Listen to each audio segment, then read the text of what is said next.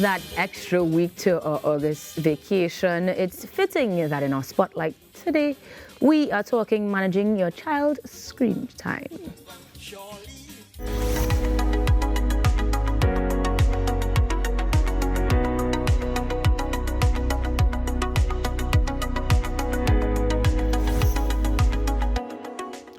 Looking forward to this conversation. Good morning, Dr. Asha Pemberton. How are you? Good morning, and again, my pleasure to be here this morning. Thank you so much. Like I said, I'm taking notes for me. When we talk about screen time, let's start off by building the parameters from the ground up. What do you mean? Right. So the definition of screen time from a health perspective is time spent by anyone, not just children, if we're honest, on a device for purposes of entertainment. And so we recognize that in the world today, we rely heavily on technology for everything, for communication, for business, but as well, a large component of that is entertainment. And of course, in academic time for school as well.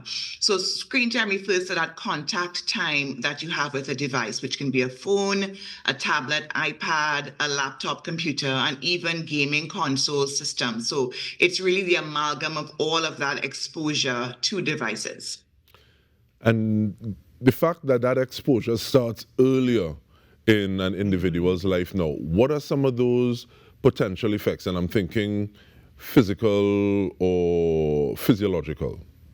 Right. Okay. So excellent question. So starting in early childhood, for us as pediatricians, globally, the guidance is that infants and toddlers really should have minimal to no screen time.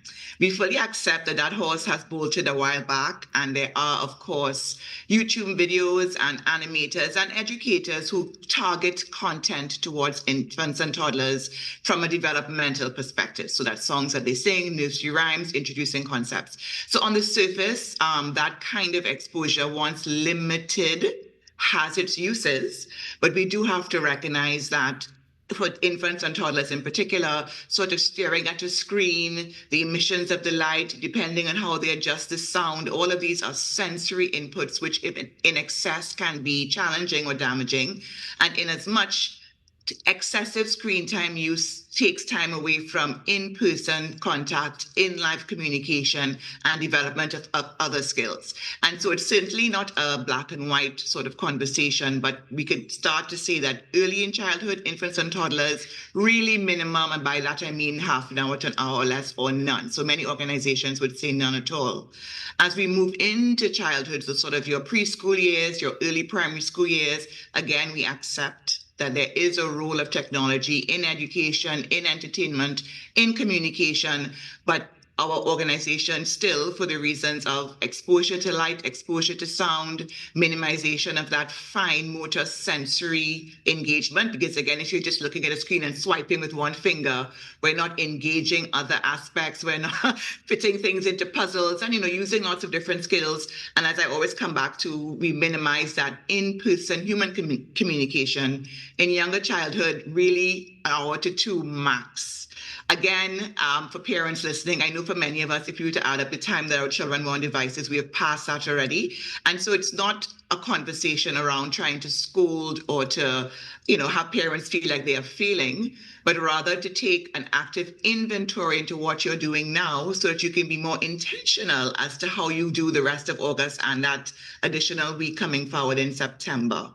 And then in adolescence, that's a whole different conversation altogether, because young people are pretty much tethered to their devices. And we do recognize the role of their devices in communication with their friends and in gaming, and all of that can really create a rich social fabric for teenagers. But there are also concerns, apart from physical concerns, exposure concerns. Parents are required through the ages and even into adolescence to supervise their children's online diet and their online exposures, because we have to recognize that there are people, elements, situations out there that are predatory. And there's also content that you may not want your child exposed to, or even your adolescent. And as a parent, it is your job to be that guide and to be that sort of force field around your child until they're developmentally ready to access that. So there's a lot that came out of my little answer to your question. There are physical benefits on vision, sound, and sleep. There are psychological potential benefits. There are developmental aspects if too much time is spent. And then there is a safety and exposure piece as well. And I'm very happy to cast these open-ended questions to you. If we had a collection plate in studio, it would be full right about now, the amount of people who are nodding and agreeing. But when you hear things like tech neck, you hear about people with different types of vision, be it short vision or far-sightedness, looking at the fact that nothing is necessarily made totally objectively. So the reason that these colors are used, the reason that this sort of music is used, all of that has a part to play. And just the level of engagement. I remember having a conversation with someone looking at, because I was wondering why it is the eye contact seems so hard to maintain, and wondering if that is a part of it as well. But even those soft skills that you talk about in terms of that level of engagement, how can those things weigh in when someone is in school, someone is in class, someone is trying to organize like a human dealing with other humans as opposed to having that screen in front of them? And then we always talk about those soft skills that help you get into the door in terms of an interview process. How can screen time affect those one or the other? Excellent question. And it's funny, just about a week ago, I did a sort of focus group workshop with some 20 to 22-year-olds who are already in university. And I jokingly said, you know, a lot of young people these days are actually afraid to make a phone call. And they all said, yes, that's me, miss. And I'm just like, what? I was trying to be funny, but like, oh no, I'm petrified of making phone calls. They only want to text. Talking on the phone is so scary. So that it took my whole conversation into this space. And these young adults were quite honest about the fact that they prefer to do things through a screen. Some are quite intimidated at in-person communication, even with peers, and far less with other adults. They were part of an internship program, and so some spoke to me privately about challenges dealing with other adults who were not their direct supervisors, difficulty making eye contact, feeling judged. All the things that, if we think back to our adolescence back in the day, all of the things that you learned in school through real life communication. So dealing with peers, reading body language, learning to assert yourself, learning how to portray confidence, all of these, as you call them, soft skills, which really fall under the umbrella of communication skills. The reality is there is a cohort of people in our generation who have not been able to access those skills by virtue of, yes, the pandemic some years back when we were all forced to be indoors for our safety. But even coming forward, many of them choose digital communication over real-time communication, and that can be problematic. And just to circle back to the point you mentioned around attention span, which is what I think you're getting to, at the end of the day, the developers of these software apps know exactly what they're doing. And for those of us who have a bit more knowledge into sort of human psychology and neurology, you can see it. And so the infinite scroll of social media, the constant algorithmic ads that pop up at you focused on what you looked at before, are all designed to give you that little rush or that little dopamine hit of satisfaction over and over again. Even the way TikTok is structured, it's sort of like a fun thing and then another fun thing. So it sort of keeps you peaking and dropping, as opposed to sustaining attention.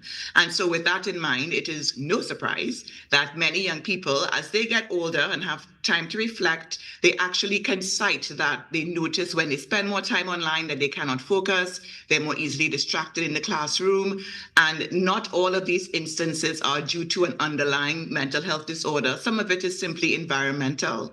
And I've worked with many families, and when they've taken a real inventory on their digital use and they detox, which is sort of the buzzword for actively taking time off or disconnecting for a day or two or whatnot, that they feel differences. And so these are things that I would really encourage parents and any young adults or even teenagers listening this morning to just take this Tuesday and think about it and see what can I do today, tomorrow, the next day to do an inventory on my time online. What am I actually doing? How is it positively supporting my life? And as I said, actively take a moment to detox or disconnect for a day, 2 days. Trust me, you're not going to miss anything. And just see if you feel differently going forward. And I would love to dive down the rabbit hole of the fact that some people are even less willing to be emotive in real life, because at any split second, someone can take a video or an image, and that becomes a meme that can be shared to all and sundry. But Yep. I want us to go through that detox, detaching, taking that inventory. What can we do at this point in time to try to walk it back a bit, looking at the fact that so many horses have bolted from so many stalls? Right. Okay. My favorite topic. So all we can do is start where we are and do what we can. So in your family context, we can start with meals. So starting right now at breakfast, and we're on vacation for many people. Let's sit at the table, let's have breakfast, and everybody puts their device into a basket. And that's you too, mommy, daddy, and granny. No scrolling of Instagram on your lap, right? So we have to model the behavior that we want to see. So the whole family, for the half an hour, is it, or 40 minutes of a meal, no device. That's the first one. After work, I said after school in error, after work, because parents are still working through these months, let us do a whole family activity that does not involve your device. So whether it's a walk, simple things, playing cards, playing Scrabble, playing charades. I mean, all of these games still exist. So it's just to try and build in whole family activities that do not require a phone, and the whole family must stick to it. In addition, no one, child, teen, or adult, should sleep with their device next to their pillow. And so again, a whole family intervention, which I have tried myself and also recommended that works, is again, we have a basket outside the door in the corridor in some common space, so that if one rings in an emergency, people can hear it. But yes, we're not sleeping with our devices. So those are 3 easy ones. For older children and sort of adolescents into adulthood, I think parents should sit and have a conversation, because rather than applying a fully punitive, I will take your phone away, it is far more effective to have a conversation with your older child into adolescent as to what they're doing on their phone. Are they really and truly engaging with whatever they're doing, or is it just a time-wasting activity? And the big one that we can certainly do for the rest of August is to encourage your children and teenagers to meet their friends at home or in a neutral space, go for walks, the malls, beach, various activities in a safe way, so that they can communicate and interact in real time. As I say to young people daily, life happens in real life. And so you want to let them engage and talk and laugh and do all the teenage things in person and not only online. So I think those are all practical and accessible tools that parents can use. Certainly there are apps you can download and some pay for to monitor activity. But I'm of the thinking that let us do things that we can do consistently. Let's do things that we can get whole family buy-in around, and let us try to activate their decision-making capacities around devices rather than us be completely controlling around it, because lessons aren't generally learned through threats and control. They are learned through communication and connection. And we don't necessarily have the time to try to get contact information, but I can see individuals asking, okay, well, it's one thing, because I know the punitive methods. That's what I've been modeling. That's what I've been implementing. To be able to have those conversations that can take so long. So hopefully we have another conversation, Dr. Asha Pemberton, to be able to see, okay, well, who can I reach out to get some more tools to put in my toolkit? But we want to thank you very much, pediatrician and adolescent medicine specialist, Dr. Asha Pemberton, for giving us some tools at this point in time that we'll work on, and then we try to come back for more. But this has been a conversation looking at managing child screen time as well as adults. And we continue with the Now Morning Show. If this is how we start, imagine where we're going to next. Stay with us. We come back after this. I'll confess these feelings. Are you listening? She said never again. Tell ya never again.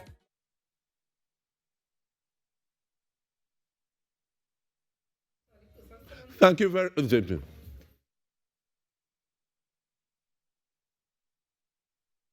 Four. Can you count first? 1 to 10 for audio check. 1, 2, 3, 4, 5. Okay. Optimal side. When it's done, just take a napkin and Oh, I don't have a napkin. Oh, okay. Hello. Hello.